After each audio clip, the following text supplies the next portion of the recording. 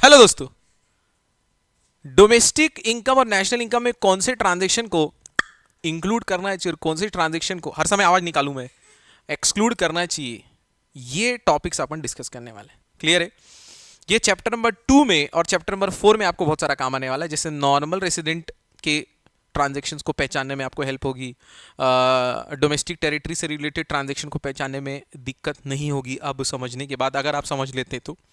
और अगर आप वीडियो देख रहे हैं और स्नैपचैट के भी वीडियो देख रहे हैं तो ऐसी सिचुएशन में आपको समझने में दिक्कत हो सकती है, तो इसको सोल सिर्फ और सिर्फ इस वीडियो पे ध्यान देंगे। ठीक है दोस्तों, तो चलो समझते हैं दोस्तों। सबसे पहला देखो टाइटल क्या है। सबसे पहले हम, अरे मैं गिरने वाला था, गिर भी गया। सबसे पहले हम प्रिकॉशंस के बारे में डिस्कस करने वाले हैं। अगर आपको प्रिकॉशंस के बारे में नॉलेज होगा ना, तो देखो सीबीएसई थोड़े कंपिटेंसी बेस्ड क्वेश्चन ला रही है, तो वो प्रिकॉशंस के बेसिस पे क्वेश्चन फ्रेम करेगी। अब ऐसा नहीं आ रहा है कि नॉर्मल क्वेश्चन दे दिए, वैल्यू ऑफ आउटपुट दे दिया, इंटरमीडिएट कंजम्पशन 600 माइनस 500 100 आंसर। इतना इजी क्वेश्चंस नहीं आने वाले। क्लियर है? तो थोड़े से heavy, high level, heavy driver वाले क्वेश्चन आएंगे, तो ध्यान से समझना। तो सबसे पहले प्रिकॉशंस पढ़ते हैं। बहुत सिंपल प्रिकॉशंस है। पहला क्या लिखा है? Intermediate goods are not to be included. वो तो क्लियर है हमको, क्यों भैया? क्योंकि वो ऑलरेडी किस में इंक्लूडेड है? वैल्यू ऑफ फाइनल गुड में। अगर कर लिए तो क्या होगा? मेरे को पता था तुम लोग चोर हो। अगर कर लिए तो एक इधर चले जाएगा, डबल काउंटिंग। क्लियर है? दूसरा, sale and purchase of second hand goods जो है नहीं इंक्लूड होंगे। क्यों नहीं इंक्लूड होंगे? ध्यान से सुनना। जिस साल वो प्रोड्यूस हुए थे उस साल के करेंट फ्लो में वो ऑलरेडी इंक्लूड हो चुके हैं, तो इस साल उनसे रिलेटेड कोई भी एक्टिविटी इस साल के current flow of goods and services में कोई भी कंट्रीब्यूशन नहीं दे रही। क्लियर है? उस ट्रांजैक्शन से रिलेटेड। ठीक है?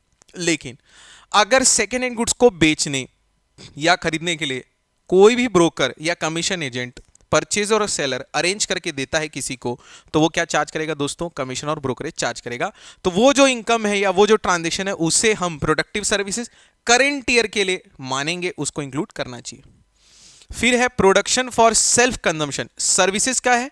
For self consumption are not included domestic services like services of house wife. यहां लिखा है domestic services, house wife, kitchen gardening etcetera are not included in national income since is difficult to measure their value. यहां लिखा है domestic services. Domestic services मतलब घर में।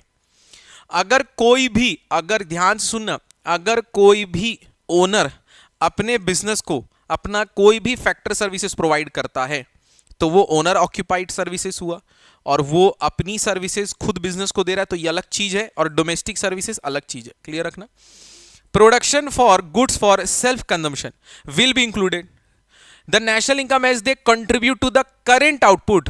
अब ध्यान से सुनो यहां जो लाइन लिखी है, इसीलिए, क्योंकि ध्यान से सुनना, भले ही वो गुड्स, ध्यान से सुनेंगे, भले ही वो गुड्स बेचे नहीं गए, लेकिन उन गुड्स के ऊपर जो इनपुट लगे हैं, उन गुड्स के ऊपर जो वैल्यू एडिशन हुआ है, उनके थ्रू हम आउटपुट की वैल्यू निकाल सकते हैं। दैट इज आउटपुट की वैल्यू एस्टिमेटेड भी है, इम्प्यूटेड है, मतलब आप असर्टेन कर सकते हैं।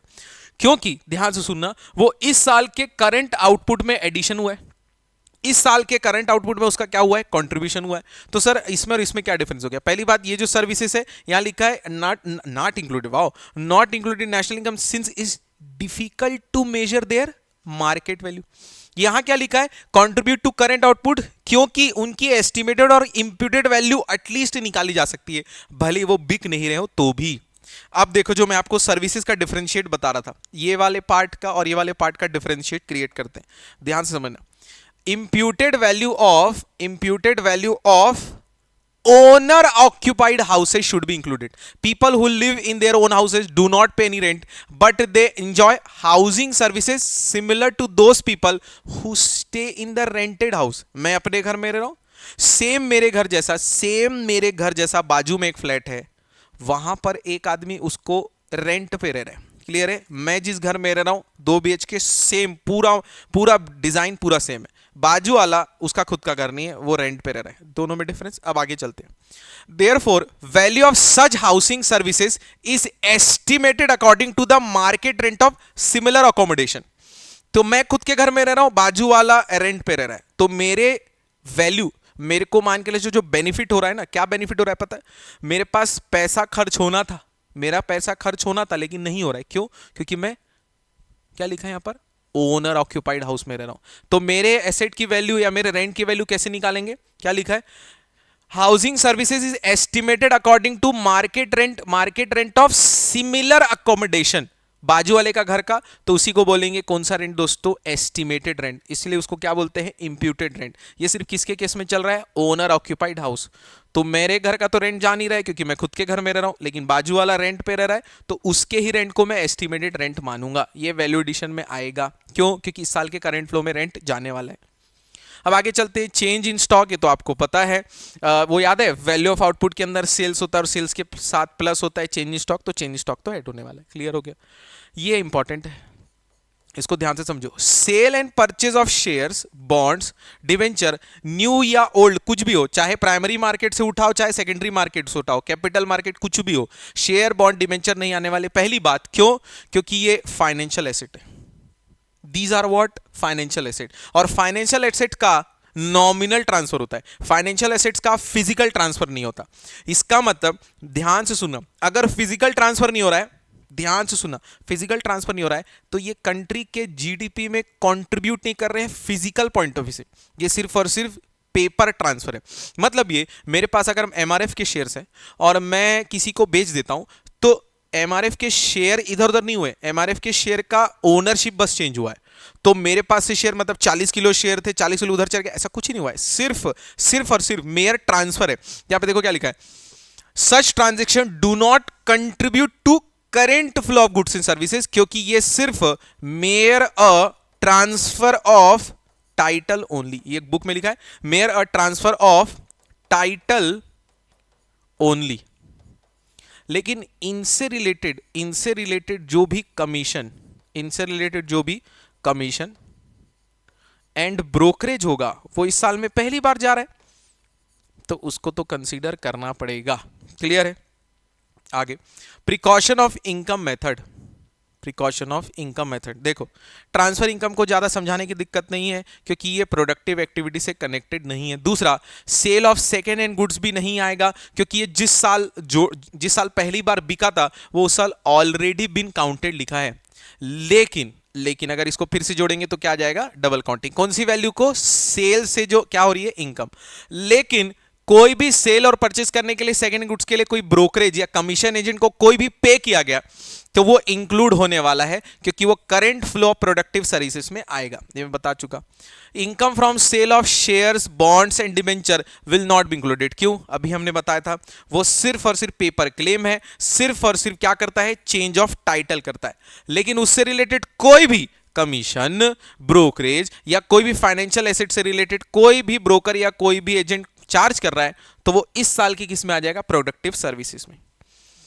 विंडफॉल गेन्स को अच्छे से समझना, देखो क्या होता है, जैसे एग्जांपल के लिए लॉटरी हो गया या फिर हॉर्स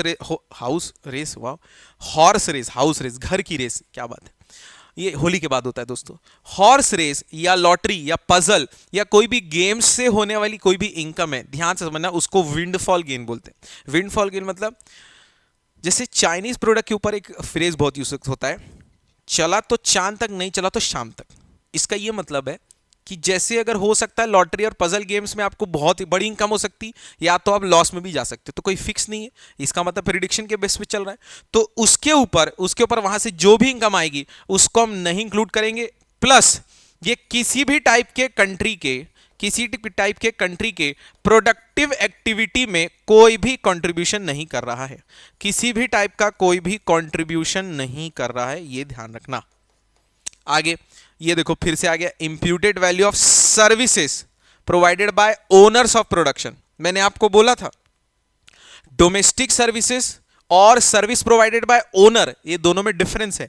निक्कू सर खुद को जब फैक्टर सर्विसेज के थ्रू खुद की कोचिंग को अकाउंट पढ़ाने की सर्विसेज प्रोवाइड करते हैं तो वो एग्जांपल किधर आ रहा है, imputed value of service provided by owners of production.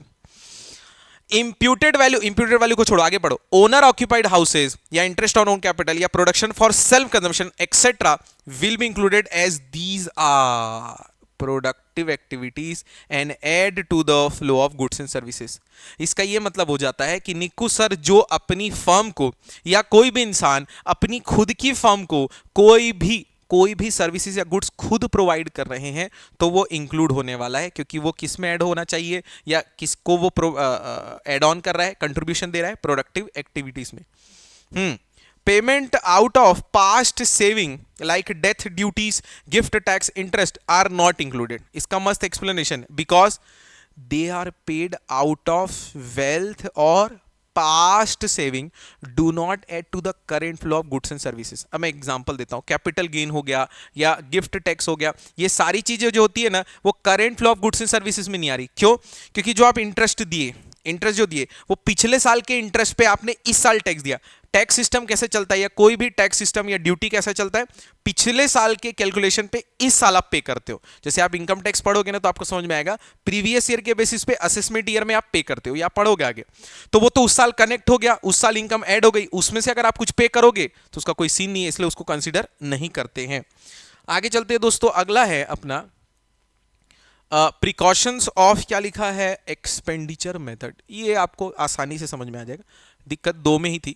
Expenditure on, ये अपन पढ़ चुके, इसको अगर इंक्लूड करेंगे तो double accounting.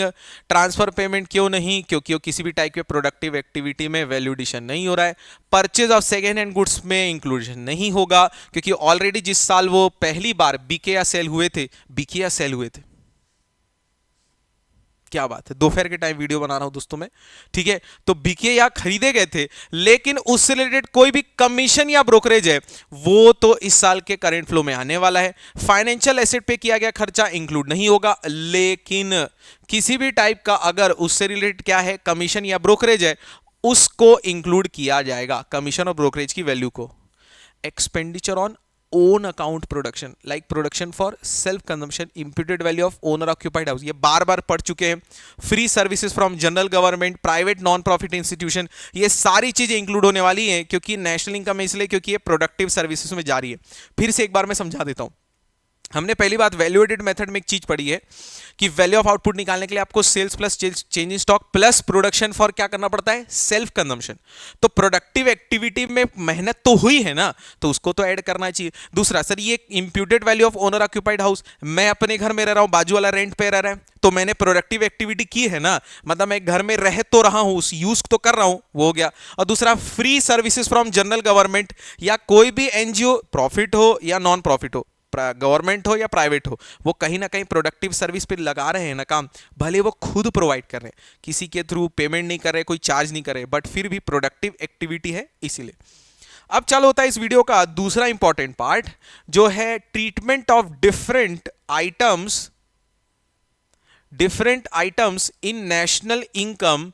Let us first discuss the various items not, यहां लिखा है दोस्तों, देख लो, यहां क्या लिखा है, नॉट इंक्लूडेड। क्या लिखा है, नॉट इंक्लूडेड। किसमें दोस्तों, नेशनल इनकम, किसमें, नेशनल। आगे चलते हैं दोस्तों। सबसे पहला, अब बहुत ही जबरदस्त point, not included, again not. Transfer payments या ट्रांसफर इनकम पहले ऊपर पढ़ चुके हैं, वो नहीं होगा इंक्लूड। रीजन क्या लिखा है, देखो मैंने क्या नोट्स, मतलब क्या तरीके से मैंने इस चीज को बहुत ही अच्छे से संदीप घर से कॉपी पेस्ट किया है, कितनी मेहनत की है कब कॉपी पेस्ट करने में, आप देखो इस चीज को, ठीक है। तो मैंने ऊपर लिखा, फिर उसका रीजन भी लिख दिया। ये होता है दोस्तों मेहनत।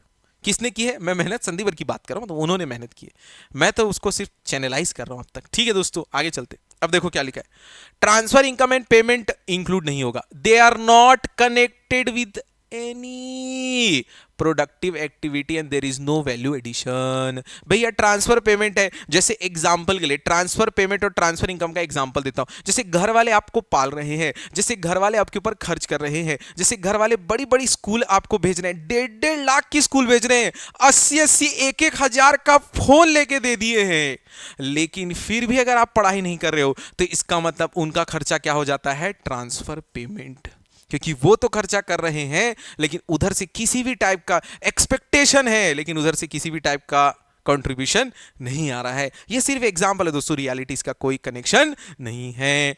अगर हो गया होगा तो माफ करेंगे, आगे माफ कर भी लेंगे तो क्या हो जाएगा आगे, compulsory transfer payment like interest tax, capital gain tax, indirect taxes. अब ध्यान से समझो क्या लिखा है यहां पर, कंपलसरी कंपलसरी लिखा है, इसका मतलब ये वन वे ट्रांजैक्शन हो गया। जैसे मैंने आपको बताया गवर्नमेंट बजट में आप पढ़े होंगे, डायरेक्ट टैक्स के अंदर लिखा हुआ है कंपलसरी पेमेंट, और दूसरा पॉइंट क्या लिखा हुआ है पता है, कि कोई भी इंसान जब पे कर रहा है डायरेक्ट टैक्स तो रिटर्न में सरकार से कोई भी बेनिफिट का एक्सपेक्टेशन नहीं कर सकता, सामने गवर्नमेंट से किसी भी टाइप का एक्सपेक्टेशन नहीं कर सकता। यहां तक समझ में आ गया? आगे सेल लिखा देखो, government does not make any promise of providing service in return. Clear हो गया? फिर है sale and purchase of financial assets, अपन पढ़ चुके, do not contribute to the current flow of goods and services, these financial assets are mere paper claims and involves change of title only. ये मैं बता चुका हूं दोस्तों, दोनों ही पार्ट में, इनकम और एक्सपेंडिचर दोनों में। विंडफॉल गेन्स भी अपन डिस्कस कर चुके हैं, विंडफॉल गेन्स भी डिस्कस कर चुके हैं, प्रोडक्टिव एक्टिविटी नहीं है। Non market transaction, non market transaction मतलब ऐसी कोई भी activity goods and services produce या रेंडर करने के लिए, प्रोवाइड करने के लिए किया गया कोई भी किसी भी टाइप का एक्टिविटी, ध्यान से सुनना, किसी भी टाइप का एक्टिविटी जिसे हम मॉनेटरी टर्म्स में असर्टेन कैलकुलेट नहीं कर सकते, मेजर नहीं कर सकते।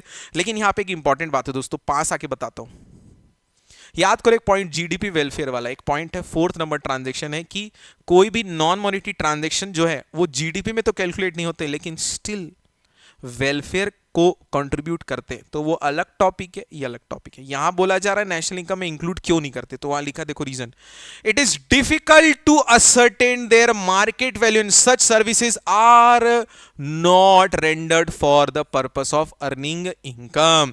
जो मम्मी और पापा आपके लिए कर रहे हैं वो सिर्फ और सिर्फ आपसे कुछ एक्सपेक्ट थोड़ी कर रहे हैं, मतलब मन में कर रहे हैं, बट आपको कभी उन्होंने कुछ बोला नहीं, यही तो दिक्कत है, उन्होंने कुछ बोला नहीं। कोई बात नहीं दोस्तों, पर्सनल होनी नहीं चाहिए। देखो कितने सारे बच्चे देख रहे हैं, 30-40 बच्चे देख रहे हैं, उसमें से सबके ऊपर थोड़ी एप्लीकेबल हो रहा है। हाँ, हो सकता है चश्मे वाले जितने उनके ऊपर एप्लीकेबल हो रहा। Intermediate consumption expenditure like purchase of raw material by a firm, vegetable purchase by restaurant, milk purchase by dairy shop, electricity advertisement, ये सारे जो खर्चे ना, ये सारे जो खर्चे ध्यान से समझो, ये फाइनल एक्सपेंडिचर की वैल्यू में ऑलरेडी इंक्लूडेड होते हैं। एक चीज याद करो, purchase of intermediate goods expenditure method, purchase of intermediate goods value added method, दोनों में पहला लाइन ये लिखा हुआ है, already included in the value of final goods. बात खत्म। अगर आप उनको दूसरी बार अगर ऐड कर लेते तो it will lead to what दोस्तों, चिल्ला के बोलो, डबल काउंटिंग। क्लियर है? आगे चलते हैं, अगला part, sale and purchase of, ये फिर से आ गया, sale and purchase of second hand goods not to be included, क्योंकि वो ऑलरेडी इंक्लूड हो चुके हैं। Capital loss like destruction of building machinery by earthquake, they do not affect the national product directly. अच्छा, इसको मैं समझा देता हूं सर, ये आप तो भगा दिए वाला पॉइंट। वाला पॉइंट क्या है, जैसे एग्जांपल के डेप्रिसिएशन आपके कंट्री के एसेट को डायरेक्टली अफेक्ट करेगा क्योंकि उसकी वैल्यू फॉल होने वाली है। लेकिन अगर अर्थक्वेक आने से कैपिटल लॉस हो जाता है तो कैपिटल लॉस होने से डायरेक्टली इंपैक्ट नहीं करेगा, इनडायरेक्टली इंपैक्ट करेगा। कैसे इनडायरेक्टली इंपैक्ट करेगा? मशीन अगर बंद हो जाती है तो बिजनेस बंद होने से एम्प्लॉयमेंट नहीं आएंगे, एम्प्लॉयमेंट नहीं आएगा तो सैलरी नहीं आएगा, सैलरी नहीं आएगा तो लोगों की इनकम जनरेट नहीं होगी, इनकम जनरेट नहीं होगी तो खर्चा कम होगा। ये इनडायरेक्टली है। डेप्रिसिएशन वैल्यू को सीधे डायरेक्टली डेप्रिशिएट कर रहा है। अगला है कैपिटल गेन्स, अपन पढ़ चुके, they do not add to the flow of goods and services. क्यों? क्योंकि out of past wealth income में से आ रहा है। और पहली बात, इसमें शेयर इनकम है या sale of second hand goods, ये कुछ नहीं आने वाला। नेशनल डेट इंटरेस्ट, ये चीज ध्यान से समझना, ध्यान से सुनना। नेशनल डेट, ये बहुत बार क्वेश्चन उठा है ना, आप जितने भी सैंपल क्वेश्चन पेपर बनाओगे कहीं ना कहीं आपको मिला होगा। इंटरेस्ट ऑन नेशनल डेट मतलब गवर्नमेंट जब खर्चे अपने बियॉन्ड अपने रिसीट से करती है, खर्चे अपने बियॉन्ड रिसीट से करती है, तो बट ऑब्वियसली उनके पास जितना उनके सरकारी खजाने में पैसा नहीं, उससे कहीं ज़्यादा उनको खर्चा करना है, वो खर्चा उन्हें बोरो करके करना पड़ेगा। और जब आप बोरो करके कोई खर्चा कर रहे हो तो इसका मतलब वो प्रोडक्टिव पर्पस के लिए नहीं है, सिर्फ और सिर्फ आप अपनी नीड को फुलफिल करने के लिए कर रहे हो। दैट इज वो कौन से पर्पस के लिए दोस्तों? कंजम्पशन पर्पस के लिए। कहाँ लिखा है? Consumption purpose. तो उसको हम लोग कंसिडर नहीं करने वाले। क्लियर है? ओके, अगला है, let us now discuss the various items included in the, क्या लिखा है दोस्तों? नेशनल इनकम, जो इंक्लूड होने वाले हैं। अब मैं आपको वो पॉइंट ज्यादा डिटेल में एक्सप्लेन करूंगा जिसमें मुझे लगता है कि आपको थोड़ा सा नॉलेज एक्स्ट्रा होना चाहिए। ठीक है, तो मैं उनको डिटेल में डिस्कस करूंगा। सबसे पहला है, बहुत बार पढ़ चुके हैं तो इसको मैं थोड़ा सा आगे चलते हैं। Brokers commission on the sale and purchase of second hand goods include होता है। Service provided by owners of production and units like imputed rent of owner occupied houses. मैं आपको बता चुका हूं, मैं फ्री घर में रह रहा हूं, बाजू वाला रेंट पे रह रहा है, तो मेरे भी रेंट की वैल्यू निकाली जाएगी उस सामने वाले आदमी के बेसिस पर। कैपिटल फॉर्मेशन, ये इंपॉर्टेंट है, पहली बार पढ़ रहे हैं। Purchase of machinery by a firm, इस साल current flow.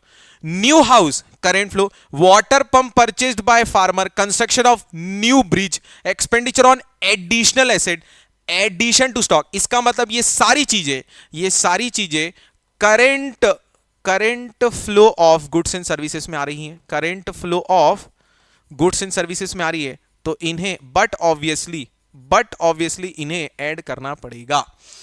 Payment of bonus, contribution to provident fund by employer, free clothes given to workers, subsidize lunch served to workers, free medical facilities provided to employees. याद करो line.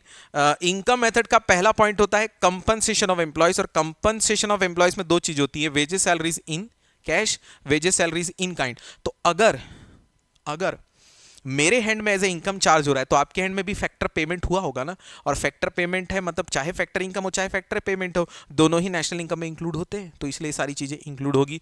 क्यों? क्योंकि ये किसका part बन रहा है? ओ गुरु, मैंने सही बोला, कंपनसेशन गिवन टू एम्प्लॉइज। किस पर्पस के लिए दोस्तों? Productive services. अगला पढ़ते हैं।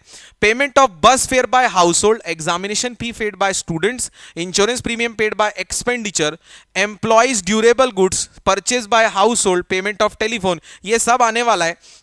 ये कहां का पार्ट बनेगा दोस्तों? मैं आपको बताता हूं।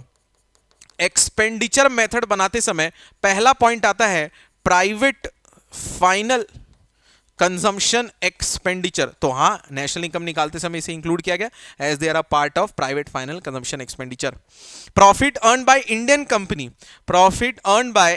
Company from its branches abroad. आपको नहीं लगता ये net factor income from abroad का पॉइंट बन जाएगा? Net factor income from abroad निकालने के लिए आपको फीटा चाहिए, तो ये उसमें आ जाएगा। तो देखो पढ़ते हैं। Profit earn by Indian company from its branches abroad, profit earn bye branches of Indian bank in London, wages service बाहर से वर्किंग इन फॉरेन एम्बेसी, ये सारी चीजें किसमें आ जाएगी? Part of factor income from abroad, FIFA.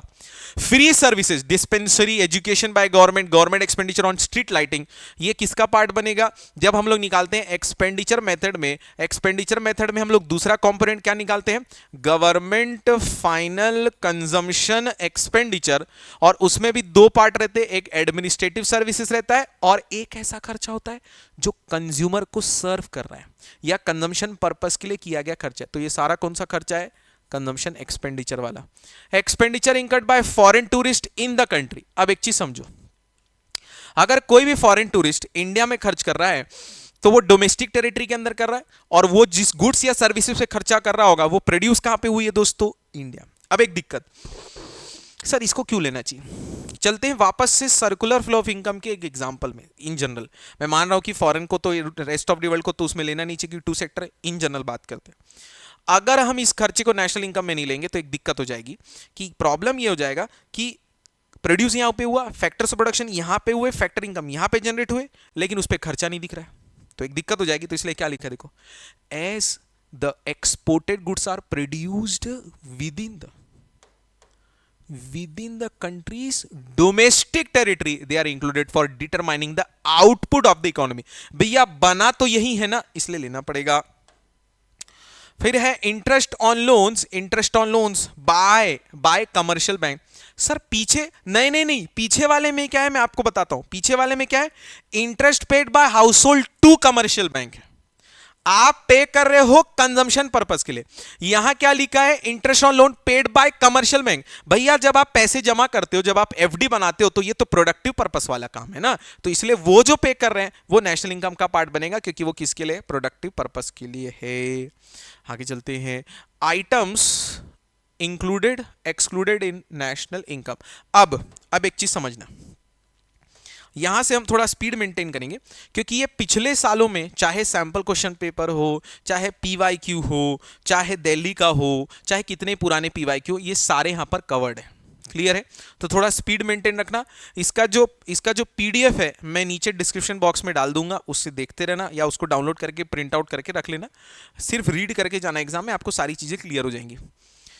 अब ध्यान से सुनते जाओ। Rent free house given to employ by employer, ये प्रैक्टिस पेपर 2023-24 में आया था। यस इट इज इंक्लूडेड लिखा है। क्यों पता है? ध्यान से समझो। जब हम लोग एनडीपीएफसी निकालते हैं, जब हम लोग निकालते हैं इनकम मेथड का एनडीपीएफसी, और एनडीपीएफसी निकालने के लिए हमको 3 चीजें चाहिए रहती है। उसमें सबसे पहला होता है सीओई। सीओई में भी 2 चीजें होती, 3 चीजें होती। एक होता है कैश में, ये जो रेंट फ्री हाउस है ना वो किस में चले जाएगा दोस्तों? काइंड में। इसलिए yes it will be included. National date नहीं होगा, नहीं होगा, अभी थोड़ी देर पहले डिस्कस किए। इंटरेस्ट ऑन पब्लिक डेट नहीं होगा, क्योंकि ये किस पर्पस के लिए लिया गया है? Consumption purpose. और होता कौन सा इंक्लूड है? जो किसके लिए लिया हो गया हो? प्रोडक्टिव सर्विसेज के लिए। Profits earned bye foreign banks in India, profit earned by foreign bank in India, it is not included in national income. It is a part of the factor income paid to abroad. It is subtracted from domestic income to reach what? National income. एक चीज समझो, ऊपर क्या लिखा पता है? National income में include होगा कि नेशनल इनकम में? अगर क्वेश्चन पूछा होता है डोमेस्टिक इनकम में, yes it will be included. Yes क्यों? क्योंकि ये कहां जनरेट हुई है? इंडिया के अंदर। तो अगर डोमेस्टिक इनकम बोलता दोस्तों, हाँ, क्योंकि फीटा जो होता है किसका पार्ट होता है दोस्तों? Domestic income. ऊपर क्वेश्चन क्या पूछा है? National income. नहीं, नेशनल इनकम को निकालते समय फीटा को क्या करते हैं अपन दोस्तों? माइनस कर देते हैं। परचेजेस बाय फॉरेन टूरिस्ट, भैया देखो, अगर टूरिस्ट यहां पे खर्च कर रहा है मतलब एक्सपोर्ट हो रहा है। एक्सपोर्ट हो रहा है इसका मतलब गुड्स कहां प्रोड्यूस हुए? इंडिया में। देखते हैं क्या लिखा है। Purchases by foreign tourists are export and therefore they are included in the national income through the expenditure method। और जो एक पॉइंट है ना, नेट एक्सपोर्ट, नेट एक्सपोर्ट बोल लो या फिर प्राइवेट फाइनल कंजम्पशन एक्सपेंडिचर बोल लो, ध्यान ये रखना है कि वो प्रोड्यूस कहां पे हुआ है दोस्तों? डोमेस्टिकली प्रोड्यूस्ड है। बात खत्म। आगे चलते हैं, अगला है दोस्तों, ध्यान से ना, ये सारे PYQs हैं। Salaries receive by Indian resident, ठीक है, working in Russian embassy in India. अच्छा यार, पहली बात, ये इंडियन रेसिडेंट है, इसका मतलब ये बन गया दोस्तों कौन? Normal resident. लेकिन ये काम कहां कर रहा है? Russian embassy. रशियन एम्बेसी में काम कर रहा है मतलब ये हो जाता है आउटसाइड द डोमेस्टिक टेरिटरी। अब एक चीज समझो, जब हम लोग नेशनल इनकम निकालते हैं तो नेशनल इनकम में 2 इनकम होती है। Normal resident with in the domestic territory, है ना, विद इन, और एक normal resident outside the domestic territory. तो इसका मतलब ये वाले पार्ट में बन गया ना। और पूछा क्या है? नेशनल इनकम में आएगा कि नहीं? आएगा भैया। Yes it will be included in national income as it is a part of factor income from abroad. क्योंकि नॉर्मल रेसिडेंट जो बाहर से पैसे कमाता है वो क्या बन जाता है दोस्तों? फीफा। Compensation paid by government of India to the victim of floods. अब एक चीज समझो, कंपनसेशन पढ़ते तक ऐसा लग रहा है कंपनसेशन ऑफ एम्प्लॉइज में चल जाएगा, बट यहां क्या लिखा है पता है? To the victims of flood. इसका मतलब क्या जो विक्टिम्स है उनसे कुछ चार्ज किया जाएगा वापस? नहीं, पहली बात। दूसरा, ये ट्रांसफर पेमेंट के अंदर आ रहा है। तीसरा, ये एज अ सिर्फ और सिर्फ कंजम्पशन पर्पस के लिए दिया जा रहा है कि भैया आपसे जो भी हुआ उसके लिए। एंड फोर्थ, ये प्रोडक्टिव पर्पस के लिए यूज होगा नहीं। क्लियर है? प्रोडक्टिव पर्पस, इससे कोई सर्विसेज गुड्स के लिए थोड़ी यूज हो रहा है, ये तो वन वे वो हो गया, ट्रांजेक्शन हो गया। अब देखो, not included in the national income as it mere transfer payment does not lead to any goods and services का फ्लो इस साल के लिए। Purchase of truck to carry, ये तो आएगा भैया क्योंकि ये ग्रॉस डोमेस्टिक कैपिटल फॉर्मेशन में आ रहा है। इससे क्या क्रिएट हो रही है दोस्तों? जल्दी बोलो। एसेट क्रिएट हो रही है। एसेट क्रिएट होती है, कौन सा खर्चा होता है? Gross domestic capital formation, also known as gross investment. ठीक, मनी देखो, सेकेंड हैंड दिखा, टेंशन ही खत्म।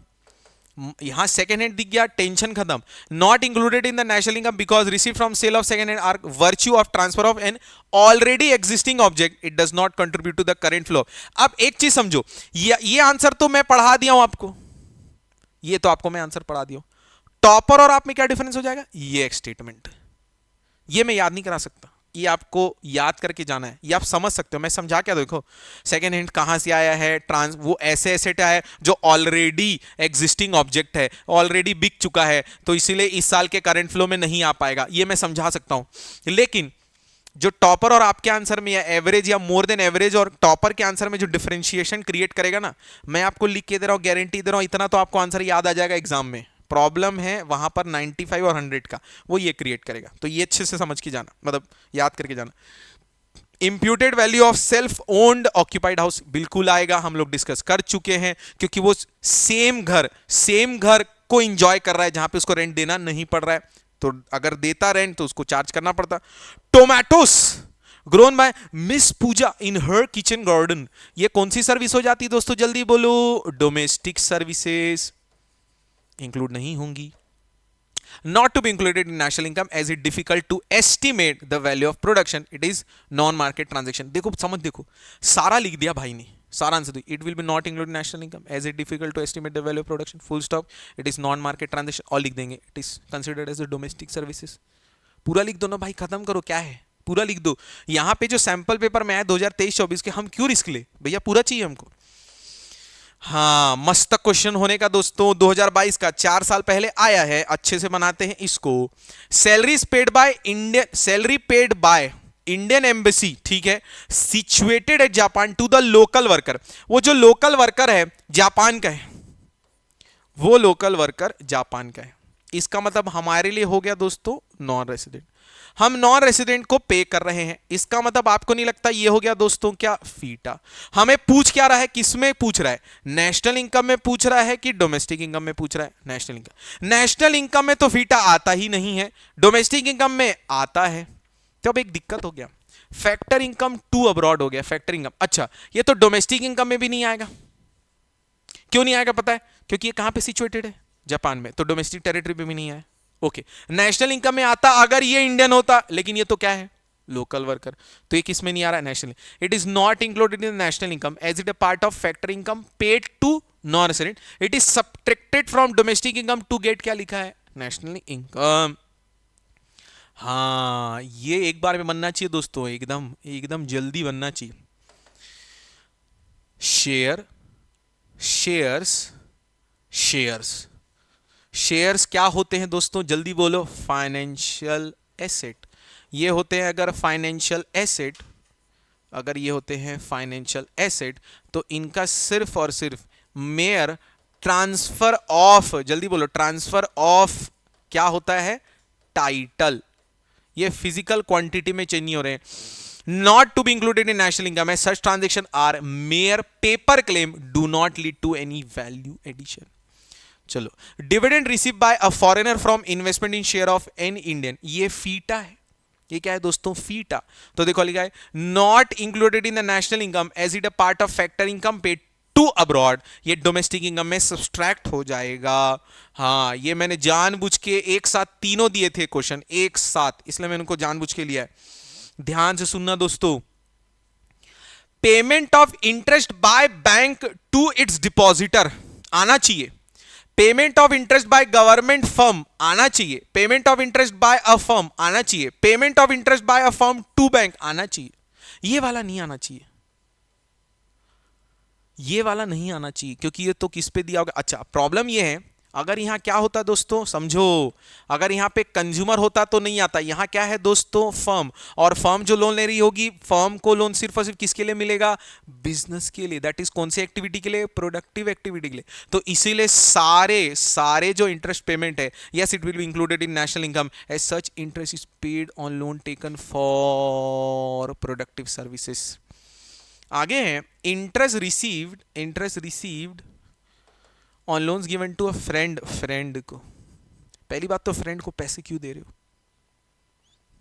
नाग पंचमी याद आएगी, नाग पंचमी का दिन याद आएगा अगर आप किसको दे रहे हो, अपने दोस्त को लोन दे रहे हो, खास करके अगर आप मारवाड़ी हो और अगर आप माहेश्वरी समाज से बिलोंग करते हो तो बिल्कुल भी नहीं। अगर आपका वैसे भी ऑलरेडी एक बिल्डिंग है नया रायपुर में जहां पे आपके लिए अलग से गरबा हो रहा है, तो बिल्कुल छोड़ दो। Interest payment on loan taken by individual to buy a motors, अपने लिए ले रहा है, इससे कंट्री को क्या फायदा होगा, चिल्लाए क्यों मैं, छोड़ो, कंट्री को क्या फायदा होगा। Payment of interest on loan taken by an employ from the employer, क्या बात है, घर के घर में ही चला ले रहे हैं लोग, वाह रे।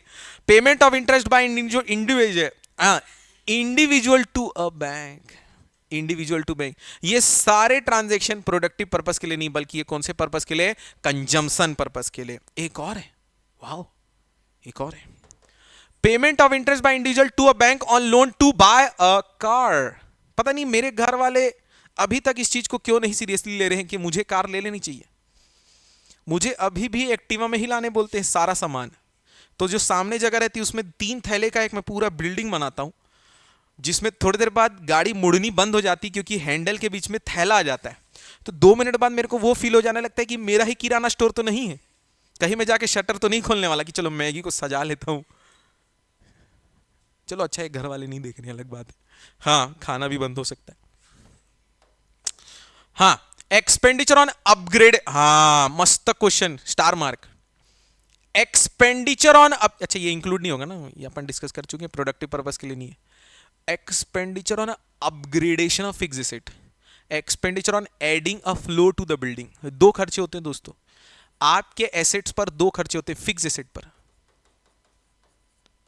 एक होता है दोस्तों कैपिटल एक्सपेंडिचर, एक होगा रेवेन्यू एक्सपेंडिचर। रेवेन्यू एक्सपेंडिचर जो होता है ना वो उससे एसेट की वैल्यू नहीं बढ़ रही, मतलब कैपिटल फॉर्मेशन नहीं है, वो एसेट नहीं बढ़ा रहा, वो सिर्फ एसेट का सिर्फ और सिर्फ मेंटेनेंस कर रहा है, तो कैपिटल फॉर्मेशन नहीं है। लेकिन जो कैपिटल एक्सपेंडिचर है वो कैपिटल फॉर्मेशन, और अगर कैपिटल फॉर्मेशन है तो जीडीसीएफ में आएगा एक्सपेंडिचर मेथड के 3rd कंपोनेंट में। अपग्रेडेशन हुआ है, वैल्यू बढ़ेगी, फ्लोर आया बढ़ेगा, it will be included in national income as it a part of capital formation. Note, it must be noted that any expenditure on repairs of fixed asset will not be included, क्योंकि इससे उस asset की value नहीं बढ़ेगी, उस value का सिर्फ और सिर्फ ऑपरेशनल एक्टिविटी ढंग का हो रहा है, बस। क्लियर है? आगे चलते हैं, इसमें है अगला, payment of electricity bill by a school और वाओ, हाँ इलेक्ट्रिसिटी अरे कहां गया, what is gone, where it is gone, sorry. English actually क्या है ना, इंग्लिश में ऑनलाइन पढ़ा हूं 12th के बाद, क्योंकि तब तक के मेरे को इंग्लिश समझ नहीं आती थी। मेरे को एक चीज़ समझ नहीं आती थी, मतलब मेरे को ऐसा लगता था कि इंग्लिश के साथ ऐसा मेरे को खुन्नस एक लगता था कि एट द सेम टाइम आपके पास एक हिंदी सब्जेक्ट है जिसमें आप कहाँ के लेखक पढ़ रहे हो, ठीक है, आपका बोर्ड कहाँ का है, स्टेट का, स्टेट में, मैं स्टेट बोर्ड में पढ़ा हूँ, तो मैं इंग्लैंड के राइटर की पोयम, मैं मतलब ये क्यों, क्या क्या स्टेट तक हमारे पोइट, जो पोइट होते हैं उनकी कहानियाँ नहीं पहुँच पाई? क्या हमारे यहाँ पोस्ट ऑफिस या जो पोस्टमैन लोग हैं उन लोग सही टाइम पे नहीं पहुँचा पाए? तो मैं क्यों याद करूँ? मेरे को आप प्रार्थना सुबह करवा रहे हो, सुबह सुबह प्रेयर करवा रहे हो, मुझे याद है क्योंकि वो मेरे को नॉर्मल लग रहा है, मेरे को कनेक्टेड लग रहा है। लेकिन ये सडनली आ जाते हैं बड़े बड़े राइटर लोग, एक तो इन लोग ऐसा लगता है डिक्शनरी उठाते हैं और 10 वर्ड निकालते हैं टफ, जिसको बोलने में दिक्कत जाए आदमी को, और उससे एक पोइट बना देते, पोइट्री बना देते, पोइट नहीं बनाते, पोइट्री बनाते हैं। देखो यहाँ भी फंबल हो रहा है, तो पोइट्री बना देते हैं और फिर इनको नोबेल पुरस्कार मिल जाते हैं। नहीं, हमको भी नोबेल पुरस्कार मिलना चाहिए ना, कि हम ऐसे पोइट्री को लात नहीं मार के पढ़ रहे हैं, तो समझ नहीं आ रहा है। चलो ठीक है, हाँ आगे चलते हैं दोस्तों। हाँ, payment of electricity bill by a school या electricity consume by a firm. ध्यान से सुनना, इलेक्ट्रिसिटी चार्जेस हमेशा, इलेक्ट्रिसिटी चार्जेस ध्यान से सुनेंगे, हमेशा सर्विसेज को प्रोवाइड करने के लिए एज अ इंटरमीडिएट एक्सपेंडिचर माना जाता है। इसके बिना प्रोडक्ट या आउटपुट कन्वर्ट नहीं हो पाएगा पावर जनरेशन की वजह से। It will not be included, it is an intermediate cost, will be deducted from the value of output, क्या निकालने के लिए, national income. Payment of corporate tax by a firm, it will not be included national income as it is a transfer payment to the government. Sir ये समझ नहीं है भैया, आप अगर टैक्स पे कर रहे हो तो आप बेनिफिट में रिटर्न में कुछ मांगोगे क्या? मांगोगे भी तो घंटा गवर्नमेंट कुछ देगी नहीं, जो गवर्नमेंट को देना चाहिए वहां से तो कुछ मिल नहीं रहा, तो आप जो टैक्स पे कर रहे हो उससे कुछ नहीं मिलेगा आपको, ठीक है, वो ट्रांसफर पेमेंट है। Payment of family pension, payment of family pension to the families of CRPF, oh sorry अलग क्वेश्चन है, who lost who lost who lost their lives in Pulwama attack. It will be included in the national income as at the payment of family pension is like retirement pension which is related to the employment contract signed by the government with CRPF personal. ये सबके case में applicable नहीं होगा, ये जिनका government का contract होगा उस पर्टिकुलर एक्टिविटी या उस पर्टिकुलर सर्विसेज या उस पर्टिकुलर एम्प्लॉयर के लिए, एम्प्लॉई के लिए, तो उस केस में लगेगा। Service of a school teacher, ये वर्ड इनके साथ कनेक्ट नहीं हो पा रहा। It will be included in the national income as it contribute to the current flow of services in the economy. Payment of indirect tax by firm, अरे भैया एक ये क्यों नहीं है, ये occurring without any corresponding value addition, यहां पे भी वही लिखा था, ये ट्रांसफर पेमेंट है, तो याद रखेंगे। टैक्स के बारे में याद रखो दोस्तों, depreciation on capital asset charge by firm. पहली बात ये जो डेप्रिसिएशन है ना, ये सिर्फ और सिर्फ अकाउंटिंग ट्रीटमेंट है। क्यों अकाउंटिंग ट्रीटमेंट है? डेप्रिसिएशन एक्चुअल में आपको पता थोड़ी लग रहा है। अगर आप एसी घर में यूज करें तो आपको थोड़ी पता चला कि इस साल उसकी कितनी वैल्यू गिरी। ये तो सिर्फ अकाउंटिंग ट्रीटमेंट है। इनकम टैक्स और कंपनीज एक्ट ने मिलकर आपको बताया हुआ है कि कोई इलेक्ट्रॉनिक प्रोडक्ट है तो 10%, कोई कार है तो 40%। ये तो एस्टिमेटेड वैल्यू पे चल रही। पहली बात ये अकाउंटिंग है, क्लियर। इसका कोई हमें एक्चुअल वैल्यू पता नहीं है, तो हम प्रोडक्टिव सर्विसेज नहीं है, हम पता नहीं कर पा रहे। It will not be included in national income as it mere accounting treatment that is needed to accommodate regular wear and tear of capital asset. बस ब्रोकर्स आएगा, ब्रोकर कमीशन आएगा। Brokers commission on the sale of second goods हो, old car हो, बिल्कुल आने वाला है, क्योंकि ये current flow of goods and services में आने वाला है। Purchase of goods by foreign tourist export, purchase made by Japanese tourists for goods purchased in India export, और export है इसका मतलब एक्सपेंडिचर मेथड के नेट एक्सपोर्ट वाले पार्ट में आने वाला है। क्लियर हो गया? ओके। पेमेंट ऑफ फीस, मस्त टॉपिक दोस्तों, एक number. Payment of fees to a chartered accountant by a firm. पहले मैं आपको इसके वर्डिंग्स पे चलते कि ये यहां वर्डिंग क्या लिखा है उस पे चलो, बहुत मस्त वर्डिंग है। It will not be included in the domestic factor income as payment of fees to chartered accountant is an intermediate expenditure for the firm, hence it is deducted from the value of output firm to obtain value added. Nikku sir, अगर NACC firm का कोई audit कराते हैं, किसी भी प्रकार का कोई टैक्स कैलकुलेट करने के लिए चार्टर्ड अकाउंटेंट को कोई फीस या कोई भी पेमेंट करते हैं, तो सुनना, चार्टर्ड अकाउंटेंट को अब अगर आप पैसे दे रहे हो तो अपने बिजनेस की सर्विसेज को स्मूथ चलाने के लिए, क्योंकि गवर्नमेंट ऑफ इंडिया ने बोला है एक सर्टेन वैल्यू से अगर आप ज्यादा अर्न करते हो तो आपको टैक्स पे करना पड़ेगा। तो स्मूथ फंक्शनिंग ऑफ बिजनेस के लिए, smooth functioning of financial services के लिए गवर्नमेंट द्वारा बोले गए टैक्स को पे करने के लिए आप चार्टर्ड अकाउंटेंट से हेल्प ले रहे हो। तो मतलब आपने इनपुट लिया मतलब वो इंटरमीडिएट एक्सपेंडिचर हो गया, और इंटरमीडिएट एक्सपेंडिचर हो गया मतलब वैल्यू ऑफ आउटपुट में से वो माइनस होगा। तो माइनस हो रहा है मतलब it will not be included. Compensation given by insurance company to an injured worker. भैया देखो, अगर मैं यहां पढ़ाते ये मैं पढ़ा रहा हूं और ये टीवी भर से नीचे गिर जाता और मेरा जो नखून का थोड़ा सा पार्ट टूट जाता है और मैं इंश्योरेंस कंपनी को जाके बोलता हूं, तो क्या वो मेरी इनकम में, सैलरी में आएगा क्या? निक्कू सर को उससे क्या मतलब? भैया इंश्योरेंस कंपनी से मैं जाके बात किया, प्रीमियम मैं भरा, तो इसमें नेशनल इनकम में थोड़ी आ गए, तो मेरे हैंड में चार्ज होगा ना, मेरे, समझ में आ रहा है? तो यहां क्या लिखा है? Not to be included in domestic factor income as compensation is given by insurance company to employee. Boss नहीं दिया है, नॉट बाय एम्प्लॉयर। बॉस नहीं दिया भैया, ये मेरे को मेरी नेशनल इनकम मेरी इंश्योरेंस कंपनी ने दिया जिसको मैं प्रीमियम पे कर रहा है। उसमें निक्कू सर बीच में कहां से आ जाएंगे?